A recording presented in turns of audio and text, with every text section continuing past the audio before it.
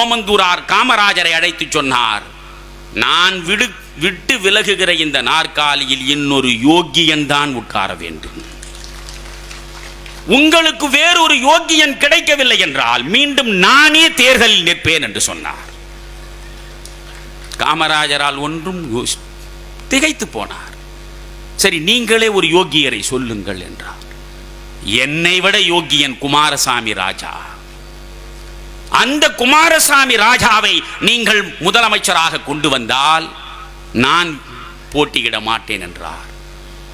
ராஜபாளையத்திலே இருந்த குமாரசாமி ராஜா என்கிற காந்தியவாதி தான் அடுத்து 49 முதலமைச்சர் நாற்காலியில் வந்து அமர்ந்தார். 3 ஆண்டுகள் நண்பர்களே. அவர்தான் சென்னை செய்தி என்ற ஒன்றை வெளியிட்டார். அரசு துறையில் எந்த அதிகாரியாவது ஊழல் செய்தது அவருக்கு தெரிந்தால் அந்த சென்னை செய்தியில் இந்த அதிகாரியின் பெயர், அவருடைய பதவி, அவருடைய முகவரி, அவர் செய்த தவறுக்கான வழக்கு பதிவு அனைத்தையும் வெளியிட்டு அவமானப்படுத்தினார். ஊழல் செய்வதற்கே அதிகாரிகள் தயங்கினார்கள். ஒட்டுமொத்த தமிழகத்திலும் மதுவிலக்கை கொண்டு வந்து ஒரு வரலாற்று சாதனையை நிகழ்த்தியவர் குமாரசாமி ராஜா. அவர்தான் கொண்டு வந்தார். நீதித்துறையும் நிர்வாகத்துறையும் அதுவரை ஒன்றாக இருந்தது. எக்ஸிகியூட்டிவ், ஜுடிஷியரி என்கிற இரண்டும் ஒன்றாக இருந்தது. இந்த இரண்டையும் தனித்தனியாக பிரித்து ஒன்றின் செல்வாக்கு இன்னொன்றின் மீது வரக்கூடாது என்று நீதித்துறைக்கு சுயேட்சையான சுதந்திரத்தை வழங்குவதற்கு வித்திட்ட மனிதன் குமாரசாமி ராஜா. அந்த மனிதன் கடைசியில் நண்பர்களே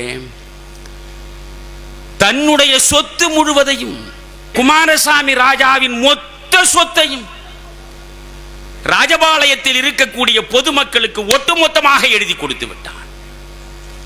இன்றைக்கு ராஜபாளையம் சென்று பாருங்கள், காந்தி கலைமன்றம் என்று எவ்வளவு பெரிய கட்டடம், எவ்வளவு பெரிய நூலகம், அனைத்தையும் எழுதி கொடுத்து விட்டான். ஒன்றுமில்லாமல் உட்கார்ந்து கொண்டிருக்கிற குமாரசாமி ராஜாவிடம் பாரதியாருக்கு எட்டயபுரத்திலே மணிமண்டபம் கட்ட வேண்டும் என்று நிதி திரட்டுவதற்காக கல்கி எழுத்தாளர் புறப்பட்டார். ஒரு யோகியனிடம் முதலில் நிதி வாங்க வேண்டும் என்று நினைத்து சென்னையிலே இருந்து ராஜபாளையம் சென்று குமாரசாமி ராஜாவை சந்தித்து, முதலில் நீங்கள் தான் இந்த நிதி வழங்கும் பட்டியலை தொடங்கி வைக்க வேண்டும், உங்கள் பணத்தை போடுங்கள் என்றார். குமாரசாமி ராஜா உள்ளே இருந்து தன் வங்கி கணக்கை கொண்டு வந்து கொடுத்தார். இந்த வங்கியில் 50 ரூபாய் இருக்கிறது, மற்ற எல்லாவற்றையும் மக்களுக்கு எழுதி கொடுத்து விட்டேன், இந்த 50 ரூபாயை பாரதியாருக்கு கொடுத்து விடுகிறேன். ஒரு கோடியாய் இருக்கக்கூடிய குடும்பத்தில் பிறந்தவன் ஒரு சொத்தும் இல்லாமல் செத்து போனானே, அந்த மனிதன் உட்கார்ந்த நாற்காலி தான் தமிழகத்தின் முதல்வர் நாற்காலி. 52 அவர் தோற்றார். அதுதான் வேடிக்கை. நல்லவனை எப்பொழுதுமே நாம் வெற்றி பெற செய்வதில்லை. இவன் நல்லவனா? இவன் தனக்கென்று வாழாதவனா? இவன் மண்ணின் மக்களுக்காகவே தன்னை அர்ப்பணித்துக் கொண்டவனா? கூடாது. இவனை தோற்கடித்து விட்டுத்தான் அடுத்த வேலை பார்க்க வேண்டும்.